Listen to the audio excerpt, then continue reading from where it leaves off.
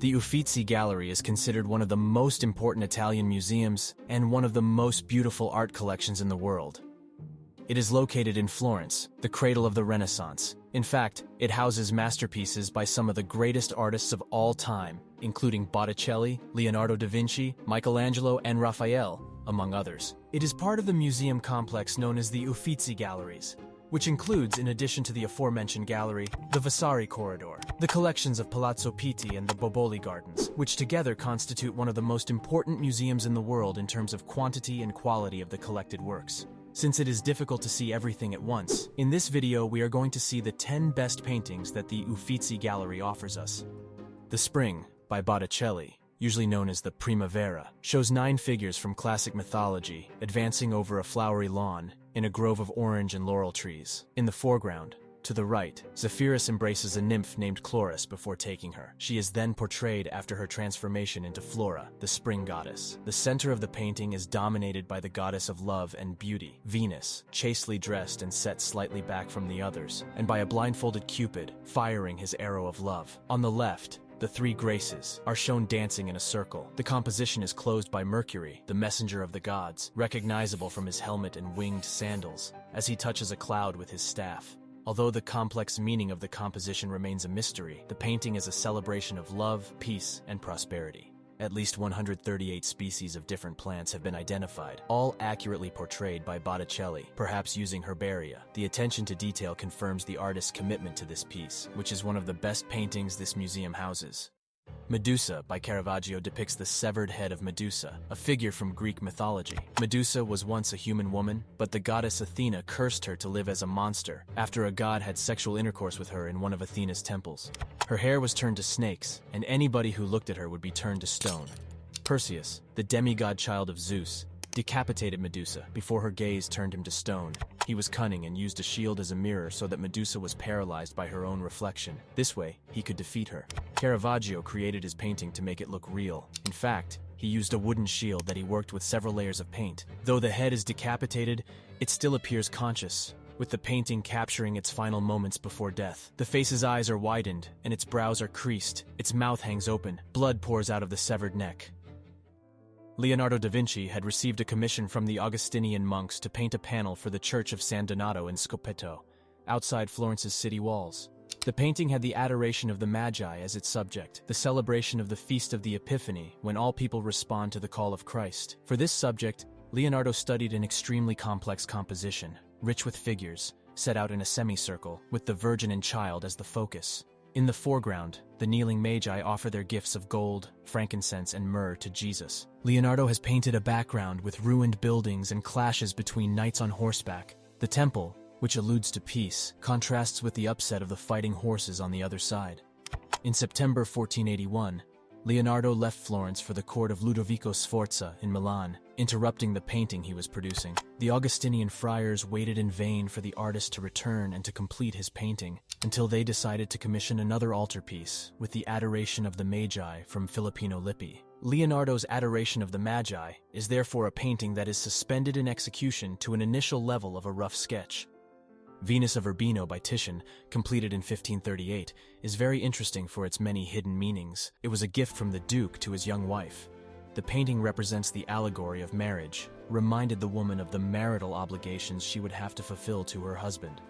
The erotic allegory is evident in the representation of Venus, the goddess of love, as a sensual and delectable woman staring at the viewer who could not ignore her beauty.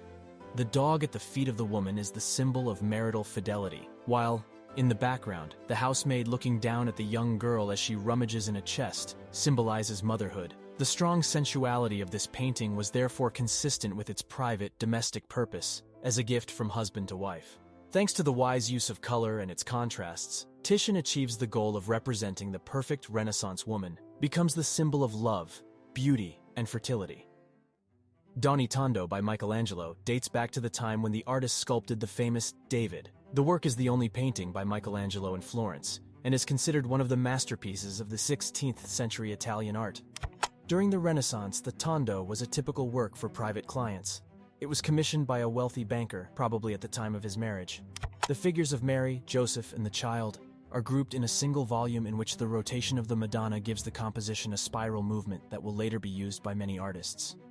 In the background, a group of young nudes brings to mind a classic theme, symbolizing the pagan humanity still ignorant of Christian doctrine.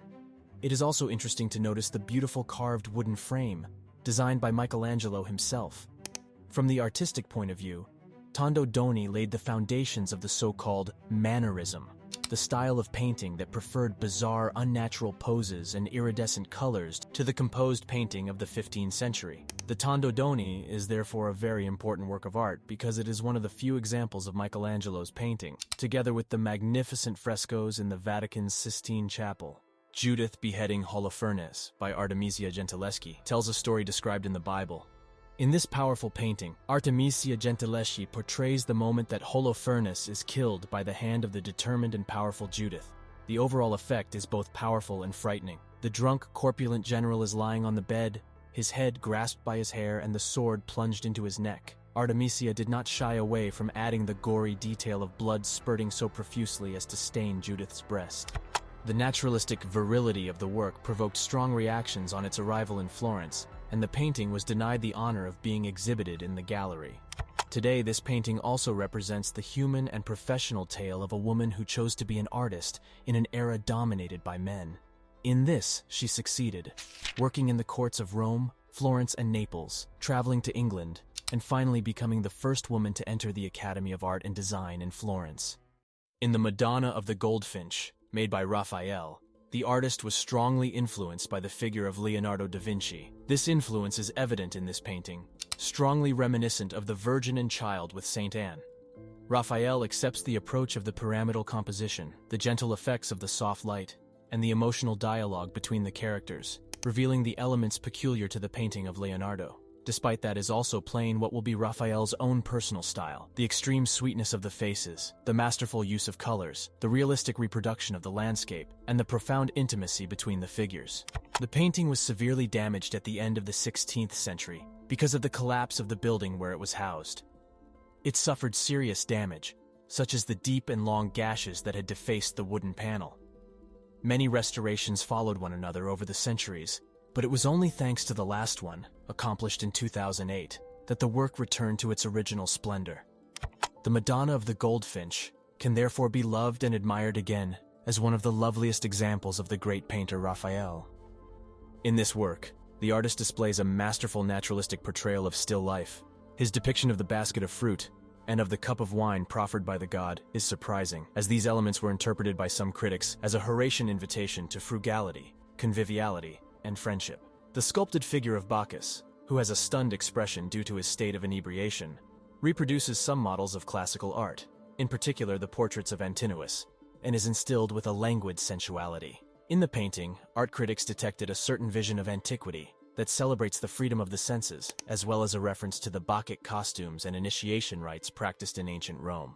In this masterpiece, Bacchus is not represented in an idealized way. On the contrary, he might look like a man of the people, like one of those characters Caravaggio used to hang around with in taverns and brothels. As in the majority of his paintings, the landscape is missing. The artist wants to focus on the humanity of the character, rather than superfluous details. Caravaggio focuses on the human being, describing the imperfections and limitations of his mortal nature. A flourishing enclosed garden, in front of a Renaissance palace, alludes to the purity of Mary. Archangel Gabriel kneels before the Virgin, proffering a lily. The Virgin responds from her dignified seat, behind a lectern, at which she was reading. The traditional religious theme has been set by Leonardo in an earthly, natural setting. The angel has a solid corporeity, suggested by his shadow on the grass and the folds of his clothing. An extraordinary crepuscular light shapes the forms, brings the scene together. The architectural features are drawn according to the rules of perspective, with a central vanishing point.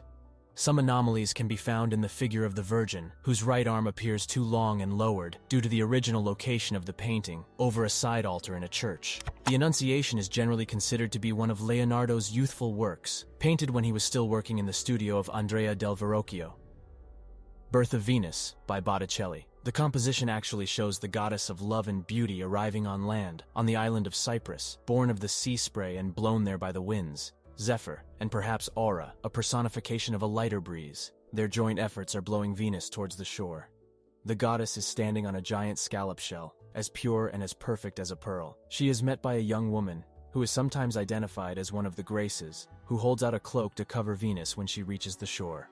The subject is not strictly the birth of Venus, a title given to the painting only in the 19th century, but the next scene in her story, where she arrives on land, blown by the wind. Botticelli takes his inspiration from classical statues for Venus's modest pose, as she covers her nakedness with long blonde hair.